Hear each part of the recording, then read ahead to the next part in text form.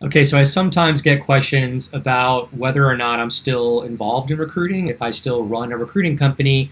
And the answer is yes. I'm in the trenches just like you. So I'm doing outbound marketing every day, doing recruiting, doing sourcing, trying to always attract quality clients to my recruiting business. And I made the transition a year ago. So if you follow my story at all, I did contingency free recruiting for 25 plus years. I've started, scaled, operated, and sold 3 staffing companies in my lifetime.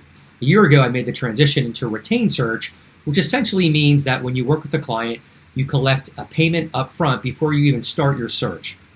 And then you collect a second payment when you submit a short list of candidates, and your third and final payment when the candidate starts working on day one. So it's a third and a third.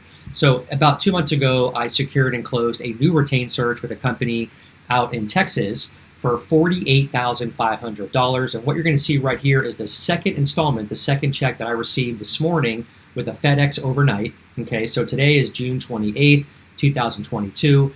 Got the check today for $16,166.67.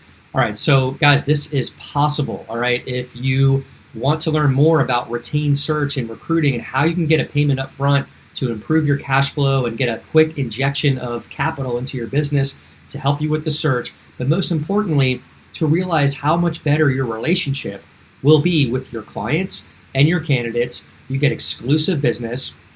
No one's going to ghost you, and you can feel confident that you can work on this person's requisition, find a candidate, make a placement, and start collecting big time fees of well over $30,000. Hope this helps, guys.